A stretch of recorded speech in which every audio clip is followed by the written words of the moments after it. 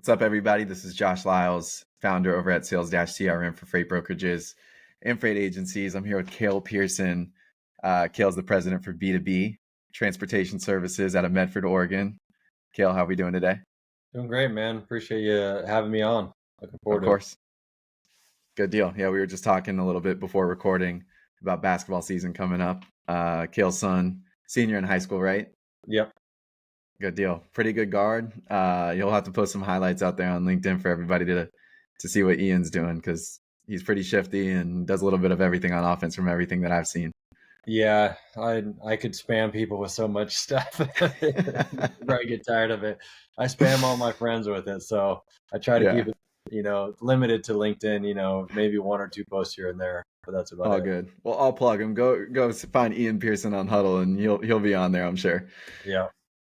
Um, well, cool, man. Yeah, I wanted to spend some time to chat with you. We got connected recently over the past few months or so. Your team and bringing on some of your new agents have started using Sales Dash as their CRM. I know you're hosting Baby Brokers to Boss Brokers, and having some fun getting that content out and just going through that journey of having 3 new agents come on. How many agents at B2B right now do you guys have? And I know you just brought on 3 more. So what does that put you guys at total team wise? Yeah, so agents, like the actual 1099 agents, we have about 35 agencies.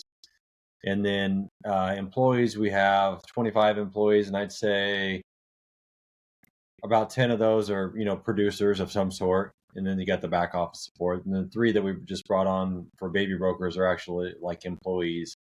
But we're having a Gotcha. good time with them. It's fun because we need them to be in office. Yep. They are brand new to the industry. They're doing a good job, but there's so much to learn when you first come into this industry. It's crazy. And they're coming from outside the industry, right? So no freight experience before. Yeah. I mean, one worked at a mill, so at least around trucks, but the other 2, recent college graduate, and then the other one, more food service, customer service oriented jobs. Gotcha. Okay, cool. Well, first question I wanted to ask, because there's a lot of freight agent content out there right now floating around social. It's pretty hot, and I know Mm-hmm. there's a lot of conversation around all the differences between freight agencies and the compensation packages, the benefits, and those things.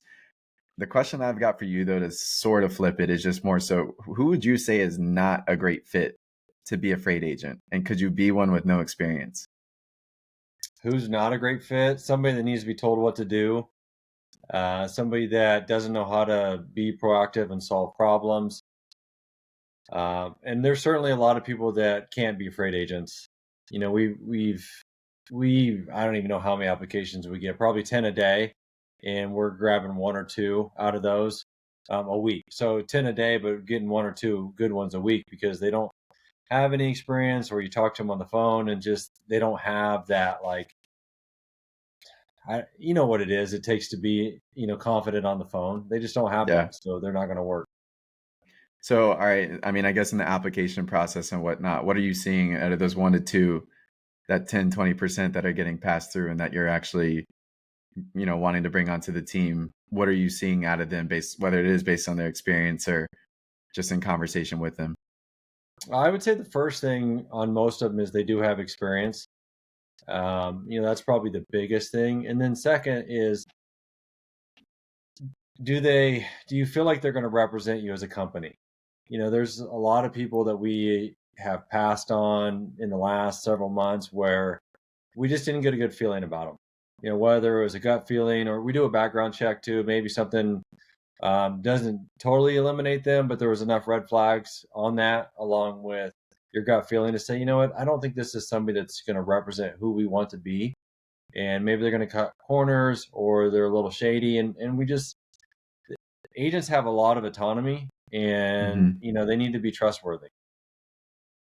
Yeah, and it's a pretty hard industry to try to cut corners. Yeah. And I just don't think it's also a good thing with how competitive the industry can be, and I think how easy it can be to sometimes be replaced, depending on the value that you're providing from a service standpoint. Yeah. One thing I am curious about, especially as you get three new brokers that you're bringing on to your team, and I think what would be interesting for like our audiences both to sort of hear, but and I mean, just a general topic that I'm pretty passionate about is around niches. So what I'm curious about is how do you go about helping your new agents or brokers about finding their niche?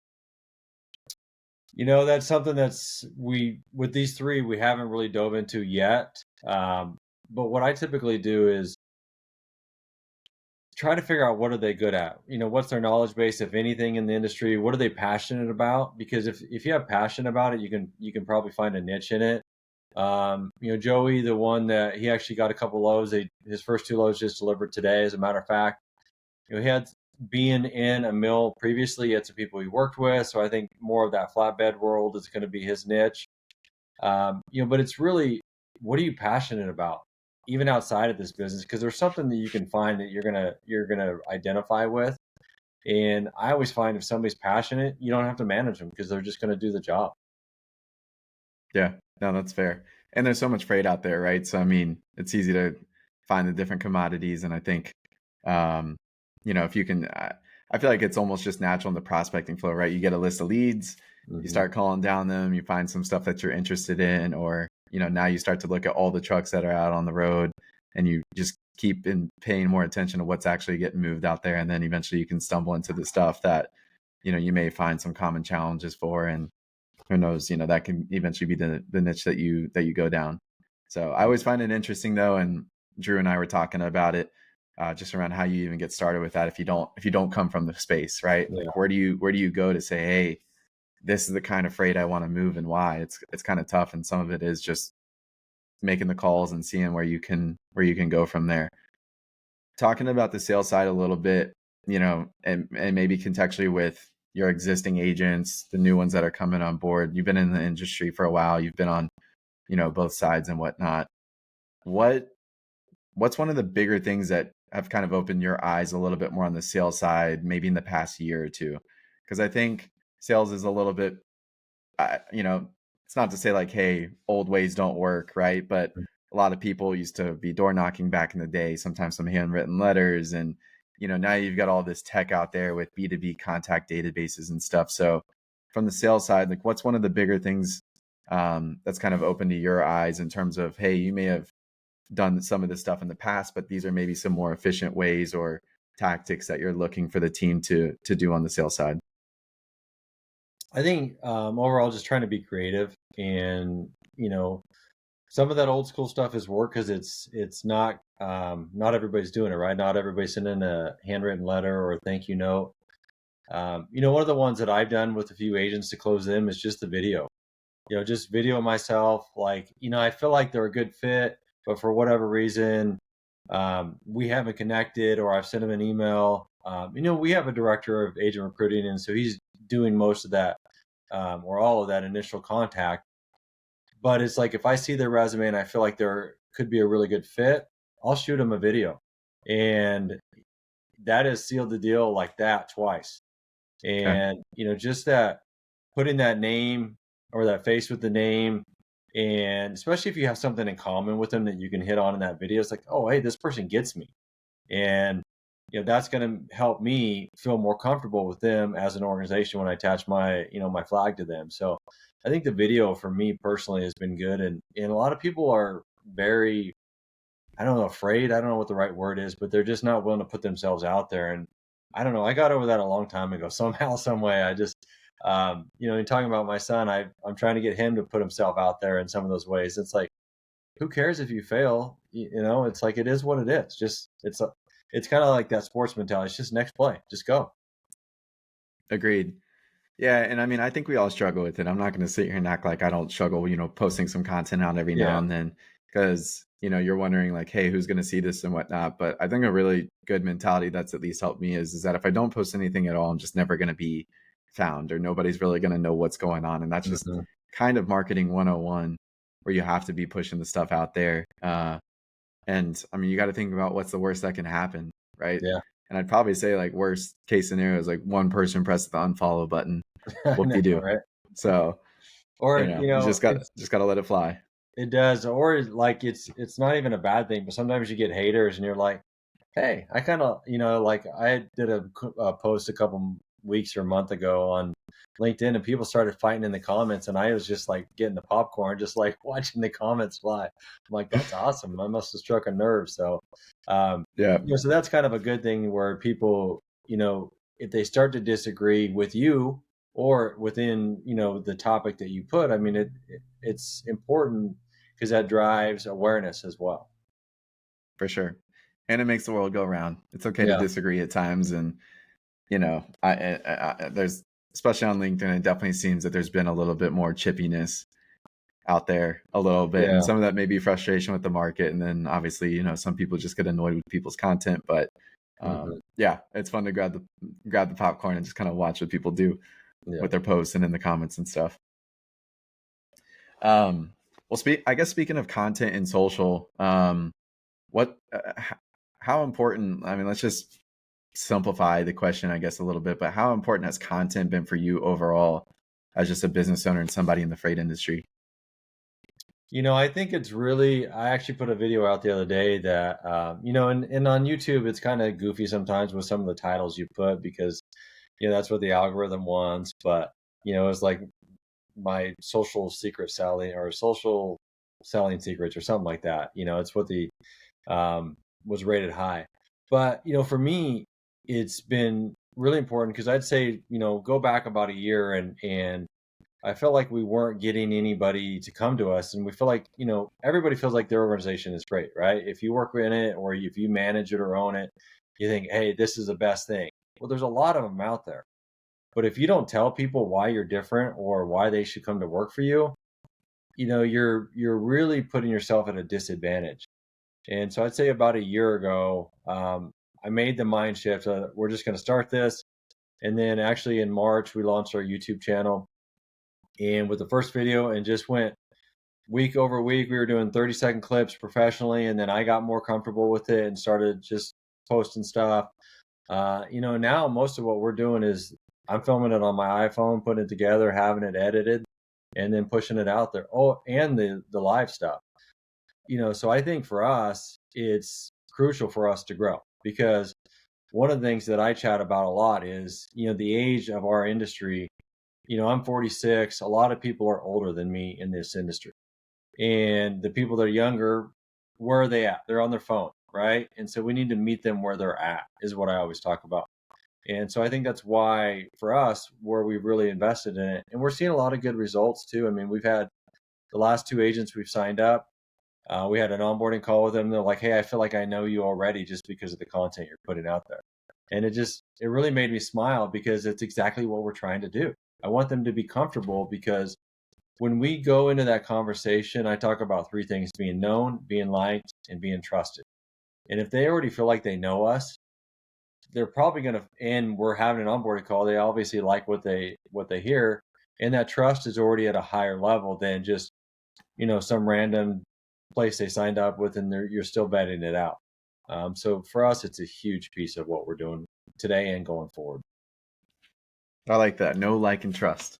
Yeah. Yeah, and I mean, the content makes that so easy because I will say, you don't really know who's watching. I mean, so Hmm. many people care so much about likes and follows and those things, and I feel like once you've posted content enough, you realize that it's not really about that. It's more so about the impressions, and because you just never know who's watching, right? I mean, a lot of times you're going to get over 1,000 impressions on a post and maybe 10, 20, 30, sometimes a little bit above 50 engagements, but it still means that there's a lot of eyeballs. And when you consider, if you take like the biggest one of the, some of the biggest conferences, like a lot of the biggest ones get 1,000, 1,500, close to 2,000 people, and you can be getting that per post every single time. So it's Right. worth posting that send button and not really caring about, what people think, as long as you're posting some professional stuff and Yeah.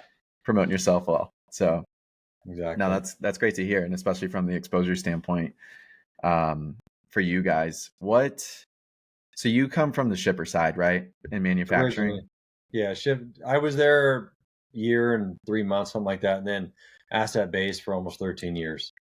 Gotcha. What was your kind of run in experience with brokers on the shipper side? And I'll lump, brokers and trucking companies into one with this for that role because everybody told me they could do everything. I mean, that was That was the thing that I learned. I was traffic coordinator, so I was signing people up. I was doing the rates. I was doing the contracts with trucking companies, and I didn't know anything. And I have always taken people with their word. And I learned quickly that they're going to tell me what it takes to get signed up, but they're not always going to be able to deliver. And so after a while, what I started to do is like, hey, um, I hear this a lot, and so you can imagine it's a difficult or it's a long process to get set up and go through that. It's a lot of work on my part, and I don't just sign up everybody. So for me, it was kind of putting some barriers, and they weren't hard barriers, but just like, hey, are they going to follow up and call me back when they said they're going to? Um, did they send me the information the way that I asked for it to be sent? Because if they're not listening in the onboarding process, they're not going to be a good broker or carrier. So it was just really paying attention to that detail and slowing down. And sometimes I even do this now with interviews. I tell people like, "Hey, this is a test. I'm going to ask you to do something, and if you don't do it, it's a test, and we're probably not going to move forward." I mean, that was with one of the baby brokers. I literally told him that, and he went home and did everything exactly and had some great questions, and that sealed the deal. To me, it was like he listened perfectly. So it's the same thing of any onboarding for the carriers and the truck and the brokers whenever I was doing that role. What would you say between calls and emails? Were you getting more one or the other, or was it pretty split? Well, it was 2003, so it was probably pretty split back then. Um, you know, I Yeah, I'd say probably pretty split back then still, even though I mean that was 20 plus years ago. And most people were telling you like, hey, we can help you out with anything and everything. Did you get some of those, whether it was brokers or carriers? Did you get any of them reaching out and talking about a specific equipment type, a specific lane? Did any of them have any unique pitches that way that stuck out to you? The one that I ended up signing up was the company I went to work for, and what I really liked is he was calm, he was confident, but not cocky. And what he said is like, "Hey, I know you probably get hit up all the time, and I get it, but we're gonna be here, and so if you'd be willing to take the time to set us up now." And I use this for years, and I still coach our team to use this. If you can get us set up now, so that when you are busy, you can just call us. That was huge, and we did that. I set them up. I said, "Okay, I'll give you that chance," right? So set them up, all the rates, everything's dialed. And I remember at that job, we always had a spring buy, which was like kind of end of February. And we'd go from shipping, 70, 80, 100 loads to 200 plus, because of the terms we were giving customers and stuff.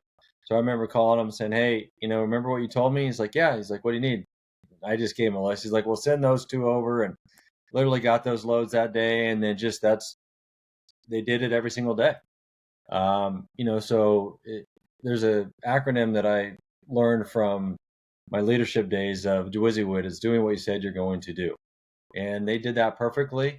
And, I coach our team now on that. It's like, hey, try to get them to set you up, even if they're not going to give you freight today or next week, because it's huge. Gotcha. Freight market's been tough for the past couple years, and especially for somebody brand new to the industry, this is arguably one of the harder markets for them to sell in. What are Mm-hmm. you doing to instill confidence in the newer brokers that you just hired to give them that confidence in selling in this market within the next 6, 12, 18 months? I think what we've done with these newer people, the three that we just hired, is slowed the process down and not just giving them a desk and a phone and a list and said, get to work and make your cold calls.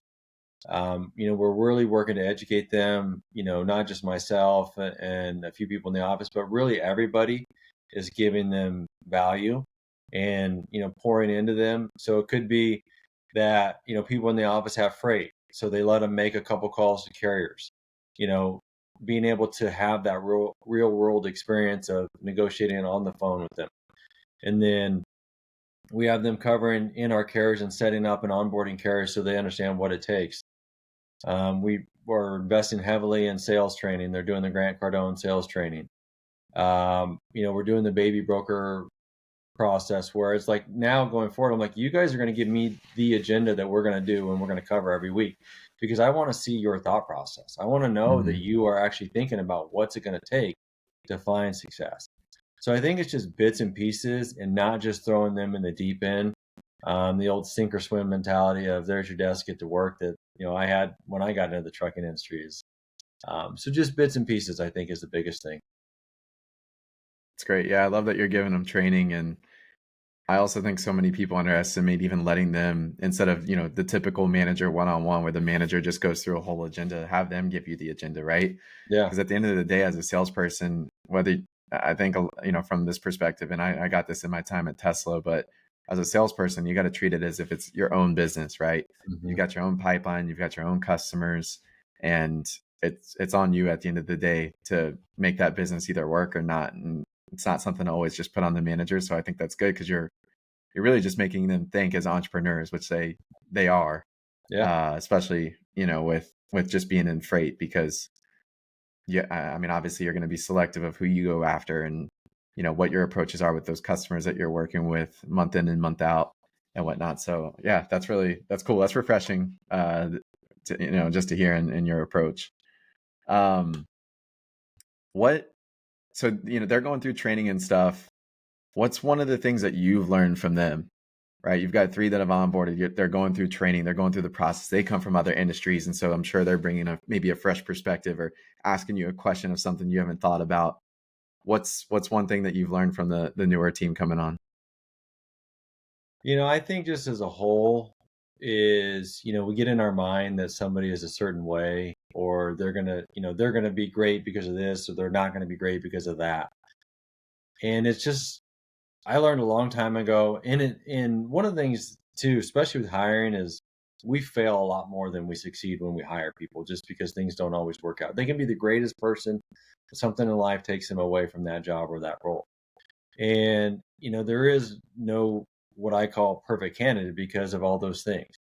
So I think it's going in and trying to find through that interview process. And so if I break down, each of the 3, I'll just do this real quick. So the first one, and I'll just name them because I've had these conversations. Crystal, very personable. I mean, she is not afraid to talk to anybody. She will go up and introduce herself, and that's going to serve her well. Even though she doesn't have the experience, she's not afraid to do that. And I think that's one of the hardest things. Second one, Joey, great athlete, went to school on a full ride for soccer, All-American, knows how to work hard. I'm sorry, but if you're an athlete and you get to an All-American status at any level in college, you know how to work. You just do. And then Joey was one of those ones. He kind of was last minute. We had actually already hired the 2 and we're moving forward. And he came, he emailed me and I was like, okay, what he told me was somebody said I should reach out to you. I was like, okay, who told you that? Because I want to know who recommended you. So he told me he was an agent of ours that's very successful. And I said, okay, how do you know them? And he didn't lead with this. He goes, well, that's my aunt and uncle, but he didn't lead with that and say, hey, my uncle said I should call you. So he was humble in his approach, which I really appreciated. And then with him, 2 people unsolicited messaged me and says, hey, that's one of the hardest working dudes I know. So he is going to be successful. So I think is not having in your mind what the perfect hire is and trying to find the gold that they bring to you and then mining that gold. And we talked basketball before. I love sports. I love the mentality of sports. And if you think about that, you need people with different skill sets on every team, no matter the sport. And, I always just look at like, what do they bring to our team that maybe we don't have, or they just make us better at what they do. So it's just trying to find out what they're good at because they're not going to be great at everything and neither am I. And that's okay. So just really find out what they can bring to the table. That's solid stuff, man, because I'd say it's maybe not the most fun experience being in an organization where they're just always looking for the same kind of person that's cut from the same cloth, right? And I think that's what makes teams unique. You take basketball and you've got those unique guys like Dennis Rodman on the Bulls in the 90s, right? Just somebody that's just totally unique as a personality and as a player and does all the dirty work and whatnot. And I mean, so valuable to build a dynasty, but you need somebody that plays that way. And I agree. That's always kind of the way that I looked at it when I was trying to manage teams. And like especially in my earlier sales days, I just remember always trying to lean on and almost listen to those guys that were totally opposite Mm-hmm. uh, compared to how I sold. Right. And I typically would lean towards them more because I just knew I didn't have that specific skill set or I needed to sharpen in those specific areas. And yeah, I agree with all the sports stuff because I love to follow coaches. I think leadership is just one of the biggest things, no matter even if I don't think you have to be a manager, but there's so much that you can learn from a coach in particular and how they manage a team, because it's not only about managing your team, but it's outside people, your customers, and, maybe vendors and other partners and whatnot. So yeah, I always love the analogies of that with what you do in business because there's so many parallels there.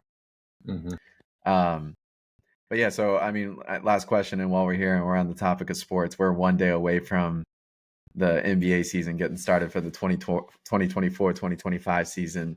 I'm gonna let you call your shot right now. This is recorded. Who do you have winning the 2025 NBA Finals? I knew as soon as you started talking about that, I was like, he's going to ask me. Man. Who's coming out of the East? Who's coming out of the West? Who's taking it all? Yeah, I mean, when you mention that, the first thing that pops in my head is the Mavs out of the West. Um, I feel like, Luka's had enough experience that, he's been close, and you add another piece, and I don't know what Clay is going to do for them. I hope that he, being a fan of his, I hope that he can find success there. Likewise. And I think, looking at it from their organization is one of the things that Mark Cuban does really well is he brings those different people and he lets them be themselves. Look at Kyrie, right? Kyrie. They are letting Kyrie be Kyrie. That guy is one of the most talented basketball players, bar none. Ever. The ability to finish and the stuff he does with his handle is crazy. So I'll go with the Mavs out of the West. Out of the East, I mean, we had some shakeups, I'd like to say that, I feel like the Knicks are due. I just feel like they're getting the right pieces. If Cat can do his thing, that's what they've really been missing there. But I'll say that I'll take a flyer on the Knicks out of the East. But I'm going to go with the Mavs. Mavs to win it all. Yeah, and I'm not necessarily a fan of theirs. I'm West Coast guy. I'm Lakers, through and through, and Warriors because of Steph, because I just love the guy, the way he plays the Same. game. So I'm not necessarily a fan of the Mavs at all. Yeah, I mean those two teams can very well be in it, and the Mavs were pretty close last year. Even with some of the bang ups that some of the teams have, but a lot of it's going to be down to who stays healthy as well. Down the road, like Memphis was totally out of it last year, and I think that they're going to be back in the mix this year. But yeah, there's a lot of teams, Western, Eastern Conference, that will be slept on. But all right, we've heard it here first. Cale's picked the Mavs to win it all. We'll come back and see if everybody placed their bets like they should have. Yeah, June of next year, right? We'll know for sure. Yeah, we'll find out. out. How about you then? I got to flip it back. Oh, man. What's your call? I mean, I would, without bias, I would love for the Warriors to get back to the finals, especially, with where Steph's at in his career, even LeBron. Definitely more of a Warriors fan. I want to say the Bucks, but I am going to say, I think the Celtics get back. And I think people are going to sleep on the Heat this year because I think that they've got the pieces and I just love their culture. And I think if Jimmy can just reel it in and whatnot, I think that they'll be in the mix. But I'm going to say Celtics out of the East. I'm going to say the Wolves. Yeah, I could see that. That was my other one. Yeah, I'm going to say the Wolves. I can easily see the Celtics repeating. I think the Wolves will get there because I do think that they're better than the Mavs. I think they're better than the Nuggets. I think the Suns will be tough, but again, like playoffs were very shaky last year. I want to say the Wolves. I'm just not a Celtics fan. I'm Yeah, I'm not. I not am a either. Jaylen Brown fan. I like Jaylen Brown. I'm glad he won MVP. Yeah. He went to my rival high school, but yeah, I'm gonna go Wolves. I think Ant takes the step up. I love his mentality, and I think him and Dante will pair well together. We'll see how Julius does. Julius can have a shaky attitude and whatnot, but yeah, I'll go that route. Well, and the thing that I talking about Ant is what did he learn from the Olympics? Because he was the sponge with those guys. Mm-hmm. Great And point. if he takes that next step from a leadership and just learning how to win, I mean, he looked like a kid out there just having the time of his life, and he He still did. thought he was the best player, which Yeah, he arguably and he is one actually of the best believes players. that. Yeah, yeah, he does believe that. So, but just because you're the best player doesn't mean you always win, and that's the crazy thing about sports is, if you're better cohesive as a team, injuries, you mentioned that is a huge piece. I mean, that's so much of these teams staying together. And Yeah, I have a really hard time rooting for the Celtics too, but I can see Tatum having a serious chip on his shoulder after the Olympics. I think he Um, will. so, but it'll be Yeah, interesting. and they're just a stacked team. I mean, Oh, from they're top so to deep. bottom, they're loaded. And Porzingis got hurt, and I mean, shooting that game one, he looked like the best player in the whole court in the finals. He did, Game one yeah. before he got hurt. KP was a difference maker for them. Well, and Yeah, the only reason I was happy they won is they got Peyton Pritchard from Oregon. So, there you go. um, I was glad to see him win. I mean, for being an Oregon fan, it's like they win that. Sabrina won last night. Ducks are number one in football. It's a good time to be a Duck fan. Good time to be a Duck. Good stuff. Well, Cale, where can for anybody that's listening, where can everybody follow and connect with you? Where I'm pushing everybody, really for most of our content is YouTube. So it's just at B2B Transportation. And then, of course, LinkedIn, my personal, just Cale Pearson. The website too is b2btransfer.com. Just, not to be like the guy from Indiana, but did you see that? He's like, just Google me. The Google guy- me. Yeah, exactly. He's my favorite coach to follow right now. He's so good. Yeah, that was awesome. Just Google me. Yeah, You'll see. Yeah. just Google him. We'll put everything in the comments and description for the video. So, Cal, appreciate the time. Always good connecting. And yeah, I'm sure we'll have some more recordings here within the next 6 to 12 months. Awesome. Appreciate it. Appreciate it. Thanks, Cal.